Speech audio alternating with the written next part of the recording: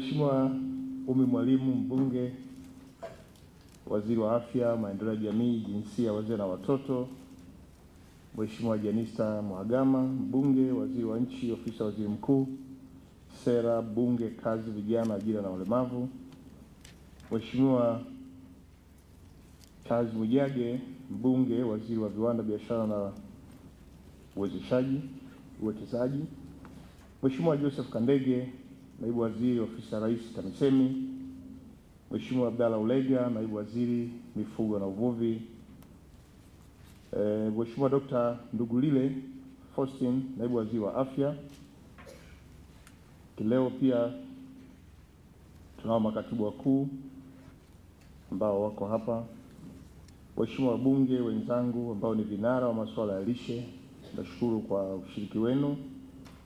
Bwana Rin Dan Dogen, naibu mwakilishi mkazi hapa Tanzania upande wa UNICEF.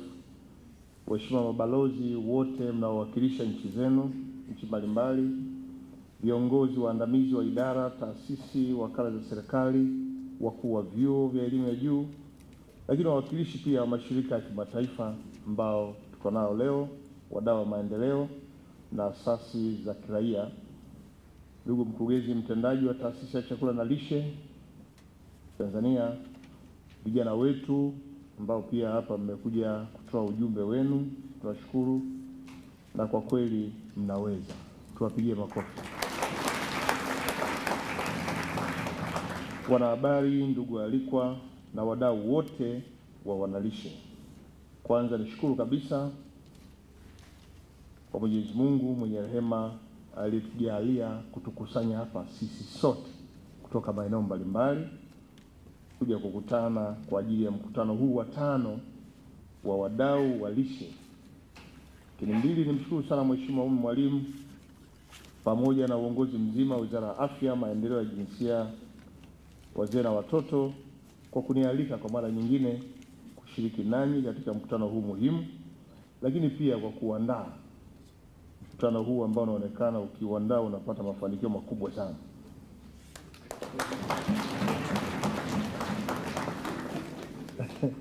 Nitumie nafasi hii kuwapongeza waratibu wote wa mkutano huu na taasisi ya lishe Tanzania na kamati yote ya maandalizi kwa kitendo chao cha kuwezesha kuwaleta wadau wote pamoja, wakiwemo washiriki ambao ni wadau wa maendeleo na kuifanya taifa hili kuwa mkakati wake wa msisitizo wa lishe kuanza kuonekana mafanikio yake makubwa.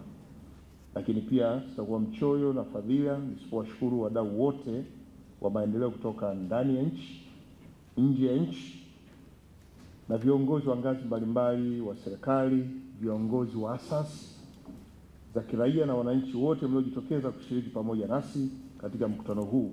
Kwa kweli tunashukuru sana, na niseme mengi ambayo yamezungumzwa hapa na walionitangulia, kila mmoja amejaribu kueleza vizuri sana namna ambavyo taifa linahitaji kuboresha swala la lishe ili tuweze kupata vizazi vijana ambao wana afya na waendelee kulitumikia taifa hili. Kwa hiyo mimi sitapenda kurudia maeneo yale, machache nitayagusa, lakini nizungumze tu kwa ujumla kwamba tumekusanyika hapa kwa lengo la kufanya tathmini ya utekelezaji wa afua ya lishe kwa mwaka huu wa 2017-18. Sasa kwa mara ya mwisho tulikutana mwaka jana na tuweza kufanya mazungumzo kama haya, tukafanya tathmini, tukapeana malengo ya kutekeleza kila mmoja kwa sekta yake. Lakini pia tunahitaji kuona namna ambavyo tumejumuisha kwenye mpango jumuishi wa taifa kwa lishe kwa kipindi cha mwaka 2016-17 ambacho pia kinaishia 2021, tuweze kuona mafanikio yake pindi tutakapofikia kipindi hicho. Kwa maana nyingine, sisi kama wadau wa lishe tunahitaji kujitathmini kuhusu yale yote tuliyopanga kutekeleza mbali ya mwaka huu, lakini kutoka mpango huu ulipoanza tuweze kuona mafanikio hayo. Lakini tunatambua wazi kwamba masuala ya lishe ni masuala mtambuka. Sababu zake za utatuzi wake unahusisha sana sekta mbalimbali kama ambavyo leo sekta zote zimeweza kushiriki na tumepata kusikia kila sekta na neno linalohusu lishe. Jambo hili litaridhishwa, litaweza kudhihirishwa na ushiriki wetu hapa leo, nikiambiwa kuwa toka juzi tulikuwa na makundi ya vijana ambayo na wao wametoa mapendekezo yao, na sisi pia tutaendelea kuhitimisha kwa kuwa na mapendekezo mbalimbali namna bora ya kuweza kuimarisha sekta hii ya chakula sasa kwenye upande wa lishe. Na mkutano huu pia kwa umuhimu wake tutaweza pia kupima ni kwa kiasi gani rasilimali na jitihada zinazowekezwa na serikali pamoja na wadau wengine wote wa maendeleo katika utekelezaji wa afua lishe zinavyoleta matokeo yanayokusudiwa.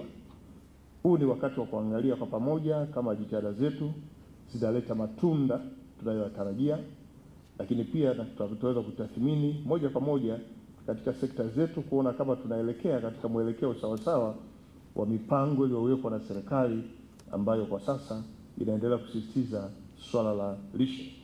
Na ni matumaini yangu kuwa nani kama kundi kubwa la wataalamu kutoka sekta mbalimbali mtajadili mbinu na kuibua mikakati itakayowezesha kutumika ili kupunguza tatizo hilo kwa kutumia rasilimali tulizo nazo.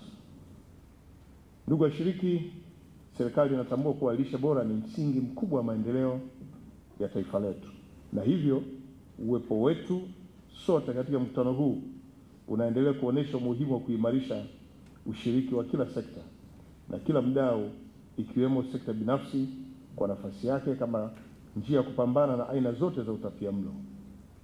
Ushiriki wa kila sekta ni wa muhimu mno, kwa sababu hakuna sekta moja pekee inayoweza kuondoa tatizo la utapiamlo. Kwa kuzingatia hilo, ofisi yangu ambayo pia waziri wa nchi kwa maelezo aliyoeleza na mipango ambayo ameieleza itaweka uratibu maalum wa kuratibu utekelezaji wa kazi za lishe hapa nchini na kuwashirikisha kamati zote za kitaifa na usimamizi na ushauri kuhusu masuala ya lishe, yani High Level Steering Committee on Nutrition, ambayo imeundwa ili kusimamia utekelezaji wa azima hiyo. Kwa hiyo Mheshimiwa Umi, Waziri wa Afya, ombi lako ni zuri, na kwa hiyo niseme tutalichukua moja kwa moja, na kuanzia mwakani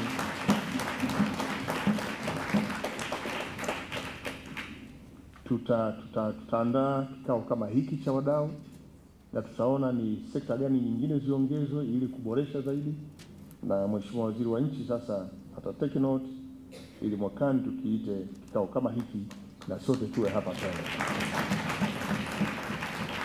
Lakini Wizara ya Afya nyie ndio kinara, kwa hiyo moja kati ya wadau wakubwa washiriki nambari moja mtakuwa nyie. Kwa hiyo tutashiriki pamoja katika kuandaa kikao hiki. Kama kuna jambo lilikuwa lina nani, basi tutanani pamoja.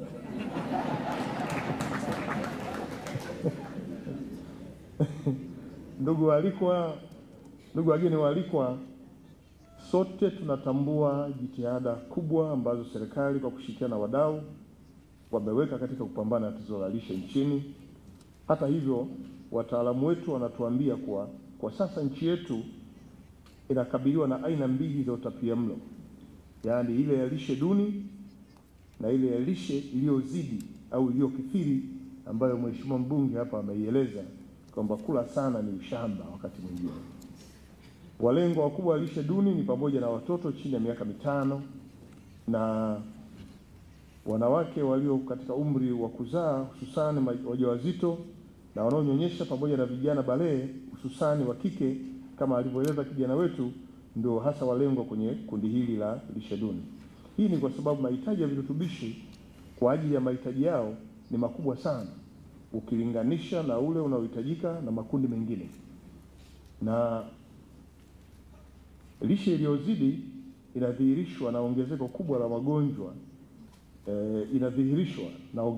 la magonjwa yasiyoambukizwa yanayotokana na mabadiliko ya mitindo ya maisha na ulaji usiofaa, kama vile uzito uliozidi, viriba tumbo, shinikizo la damu pamoja na kisukari, na yale yote ambayo ameeleza hapa Mheshimiwa Waziri wa Afya alipokuja akawa anaeleza. Ndugu mabibi na mabwana, natambua kuwa viwango vya lishe duni vimekuwa vikipungua japo si kwa kiasi kubwa.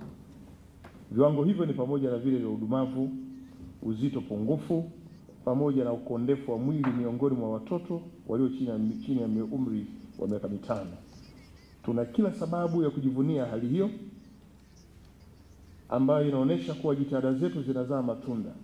Kadhalika, bado kuna changamoto kubwa miongoni mwa kundi la watoto, kwani kiasi cha zaidi ya theluthi moja ya watoto, sawa na zaidi ya watoto milioni 3 nchini wamedumaa kimwili na kiakili, na wengi wao wanatoka katika mikoa ile inayozalisha chakula kwa wingi.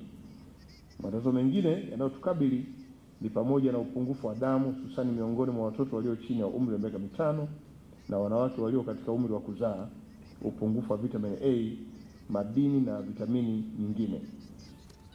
Ndugu waalikwa, wageni waalikwa, niunge mkono kauli ya Mheshimiwa Waziri wa Afya kuwa lishe duni pamoja na ulaji usiofaa na mitindo ya maisha vinachangia kwa kiasi kikubwa sana katika ongezeko la magonjwa yasiyokuwa yanaambukiza, hususani kwa vijana na watu wazima ambao ndio nguvu kazi kwa taifa letu. Ni kweli, na tunaona Watanzania wengi sasa hawapendi kujitokeza kwenye shughuli za michezo, wanapenda kutembea kwa magari wakati wote, wanapenda kula vyakula vilivyoboreshwa sana, kuwa ndio fashion. Watu hushindana kunywa vinywaji ambavyo ni tofauti kwa kutengenezwa kwa kemikali. Kwa staili hiyo inafanya kupata matatizo makubwa ya magonjwa ambayo sio ya kuambukiza bali ni ya kuyatengeneza kwa kula vyakula na kuishi kwenye staili hiyo.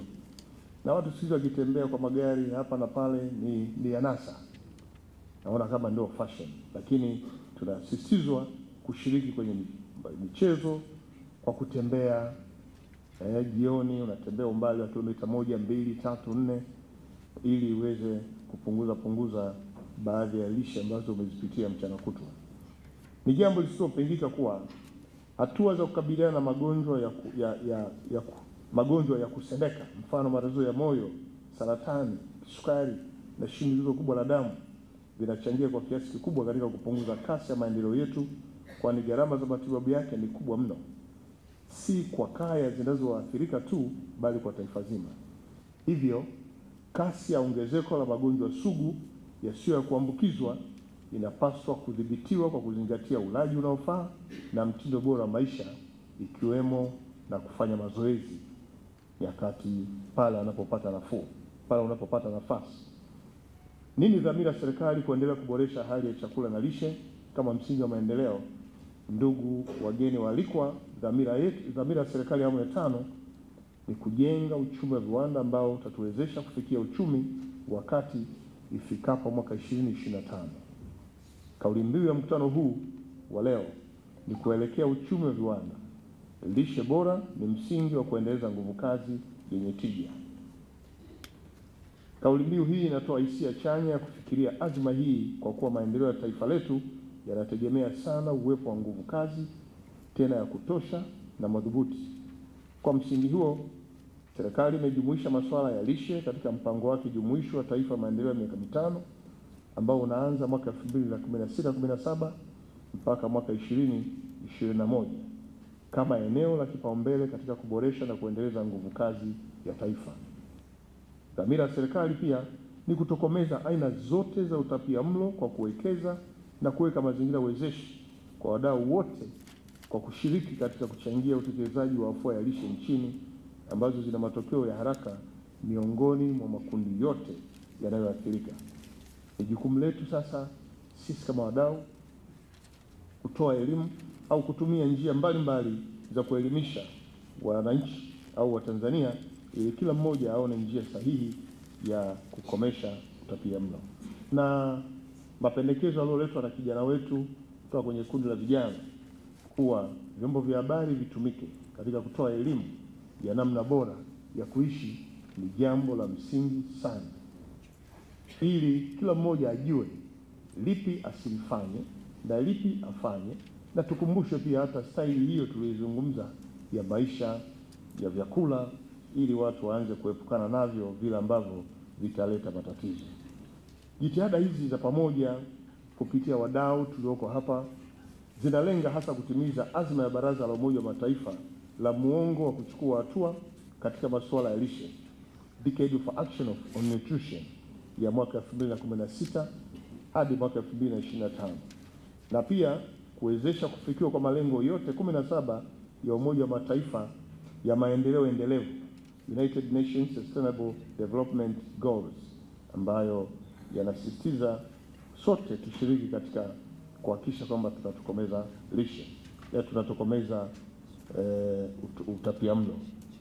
Serikali inaendelea kutilia mkazo swala la uhamasishaji miongoni mwa watunga sera na viongozi katika ngazi mbalimbali kuhusu masuala yote yanayohusiana na lishe kwa lengo la kuwa na uelewa pamoja kuhusu masuala haya. Lakini pia nitumie nafasi hii kuwapongeza sana Mheshimiwa Mwalimu, Mheshimiwa Waziri wa Afya, pia Mheshimiwa Suleiman Jafo, Mbunge, Waziri wa Ofisi ya Rais TAMISEMI, kwa kazi nzuri mnayofanya, ambapo kupitia agizo la mama yetu Mheshimiwa Samia Suluhu Hassan, Makamu wa Rais wa Jamhuri ya Muungano wa Tanzania, ambayo la kuwa na mkataba wa kuwa mikoa yote Tanzania bara kuhusu kuwajibika katika kutekeleza na kutoa taarifa za lishe wakati wote katika mikoa yao.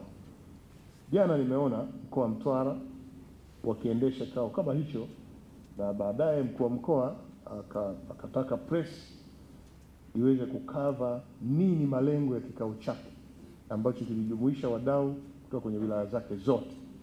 Kwa hiyo tuendelee kutoa agizo kwa mikoa yote, kwa wakuu wa mikoa, wakuu wa wilaya kwenye maeneo yao, kuhakikisha kuwa wanaita vikao vya wadau kuzungumza, lakini pia kufanya tathmini ya maelekezo tuliyotoa serikalini ya hatua tuliyofikia katika kuboresha lishe.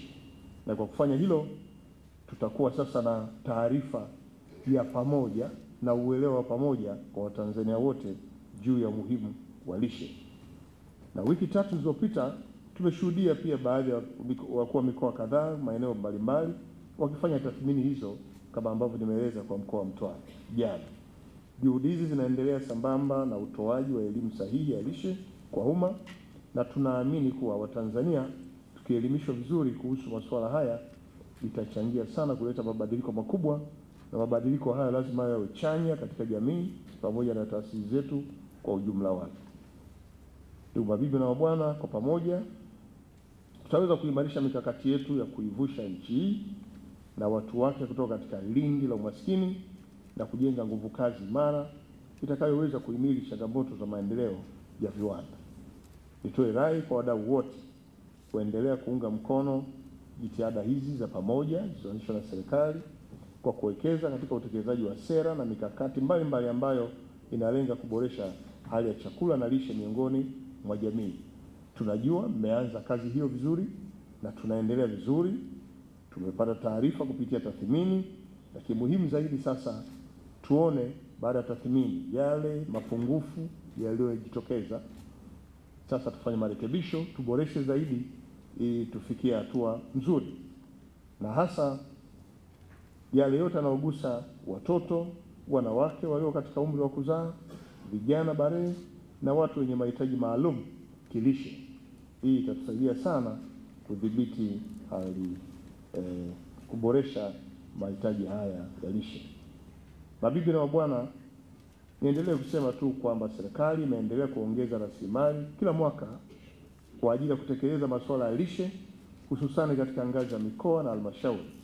Na huu ni mkakati wa kuunga mkono wa kuendelea kuongeza viwango vya mkakati huu, ambao pia na nyie kupitia taasisi zenu mmeonyesha pia nia ya kuunga mkono jitihada. Kwa hiyo na nyie pia mnaweza kuongeza ili tupanue wigo huu tufikie malengo kwa haraka. Na kwa mujibu wa takwimu zilizopo, kumekuwa na ongezeko kubwa la kutoka wastani wa shilingi milioni 65 kwa mwaka wa 2011 mpaka 2012 hadi kufikia shilingi milioni 219 kwa mwaka 2016-2017. Lakini kwa mwaka 2017-18 serikali ilikadiria kutumia jumla shilingi bilioni 11 katika utekelezaji wa masuala ya lishe katika ngazi ya halmashauri zote nchini. Hili ni ongezeko kubwa zuri, na tuna uhakika na katika utekelezaji wa masuala ya lishe katika ngazi ya halmashauri hadi kufikia robo ya tatu ya mwaka 2017-18 kiasi cha shilingi bilioni 2 zilishatolewa na tayari zimeshatumika. Aidha, niendelee kuhimiza swala kutenga kiasi cha shilingi 1,000 kwa idadi ya watoto wenye umri wa chini ya miaka 5 katika halmashauri zetu kupitia mapato ya ndani, na hili limesisitizwa na msemaji kutoka mashirika yasiokuwa na serikali. Yeye ameona shilingi 1,000 pia haitoshi na iongezwe mpaka shilingi 25,000.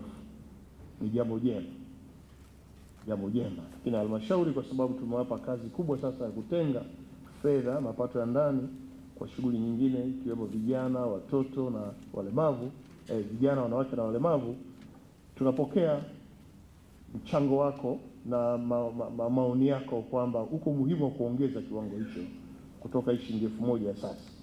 Lakini lengo letu sasa, fedha hii nayo halmashauri sio inatoa kwa matakwa yao, wasio wanatoa wanapojisikia. Tunakusudia kuiwekea sheria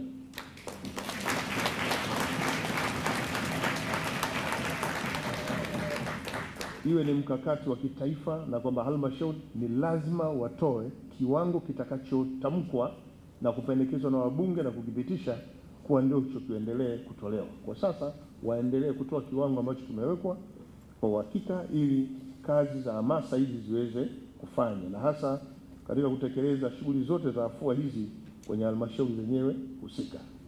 Kwa hiyo napenda kuhakikishia kuwa serikali itaendelea kutenga fedha kwa ajili ya kugharamia utekelezaji wa afua za lishe kama zilivyoainishwa katika mpango wa taifa wa utekelezaji wa masuala ya lishe, huu ambao umeanza mwaka wa fedha 2016/17 na ambao utaishia mwaka 2021 kwa kadiri hali itakavyokuwa inaruhusu. Na nitakapofikia kuhitimisha, mabibi na mabwana, niseme tu kama tulivyoona hapo awali, miongoni mwa matatizo ya lishe duni ni pamoja na upungufu mkubwa wa vitamini na madini kwa watoto walio chini ya umri wa miaka 5. Lakini sio watoto tu, pia wako wanawake walio katika umri wa kuzaa na wajawazito, vijana balehe, pamoja na kina baba. Bidhaa ilikuwa tunahitaji kuanzisha viwanda vitakavyozalisha vyakula vilivyojengewa virutubishi muhimu ili kurahisisha upatikanaji wa chakula vilivyoongeza virutubishi katika jamii zetu. Sasa katika hili nalo pia niagize kwa Wizara ya Viwanda na Biashara, mamlaka za serikali za mitaa kuhakikisha kwamba viwanda vyote vinavyojengwa kwenye maeneo yetu, vile ambavyo vinashughulika na uzalishaji au uboreshaji wa vyakula, lazima tuone kwamba eneo hili la virutubishi viwe vinakaguliwa na kujiridhisha kwamba kweli virutubishi vinawekwa kwenye bidhaa wanazozalisha, ili inapokwenda kutumika iweze tuwe na uhakika nayo.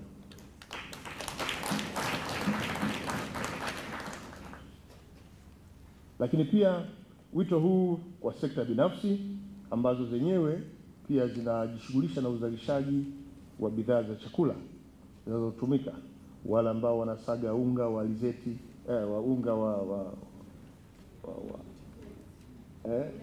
ulezi na vyakula vyote, unga wa muhogo na aina yote ya vyakula ambavyo tunavizalisha na kuchakatwa na sekta binafsi, nao pia watilie mkazo katika kuweka hivi virutubishi kwenye vyakula hivyo, ili sasa viweze kutumika vizuri na tuwe na uhakika kwamba aina yote ya vyakula vinavyotumika sasa vina virutubishi vyake. Niwahakikishie kuwa serikali itaendelea kusimamia jambo hili na itaendelea kushirikiana nanyi sekta binafsi, lakini pia niwahakikishie pia kuwa serikali imejiandaa kuweka mazingira mazuri ya uwekezaji, na kwa hiyo tutumie kikamilifu fursa hiyo kuweza kufanya kazi yetu na kutimiza wajibu wetu. Ni dhahiri kuwa viwango vya utapiamlo nchini bado ni vikubwa, hivyo tuna idadi kubwa ya watoto wenye utapiamlo mkali ambao wanahitaji matibabu madhubuti tena kwa wakati. Wakati tunafungua mkutano kama huu mwaka jana, niliagiza Wizara ya Afya kuweka baadhi ya virutubishi muhimu, essential nutrients, na chakula dawa F75 mpaka F100 na plant nuts katika mpango wa taifa wa dawa muhimu essential drug list, na nimearifiwa kuwa swala hili limeshafanyika na bidhaa hizi zipo kwenye orodha hiyo. Natambua changamoto iliyopo sasa ni kuwa lazima bidhaa hizi ziwepo bohari kuu ya dawa MSD ziweze kupatikana kwa urahisi kwenye vituo vya kutolea huduma za afya. Lakini hali kadhalika niagize wizara kwa mara nyingine kwamba andaeni mpango madhubuti wa kutenga fedha seed money kwa ajili ya kununua bidhaa hizi ili kuwezesha vituo vya afya kuzipata na kwa urahisi zaidi kupitia MSD. Itapendeza zaidi kama wadau mliopo katika hadhara hii, hususan sekta binafsi, siku moja mkaniita katika mkutano kama huu kwa ajili ya kunieleza mikakati ya maendeleo mliofikia katika kutengeneza virutubishi muhimu, na mimi niko tayari kuja kwenye kikao hicho ambacho mtanialika.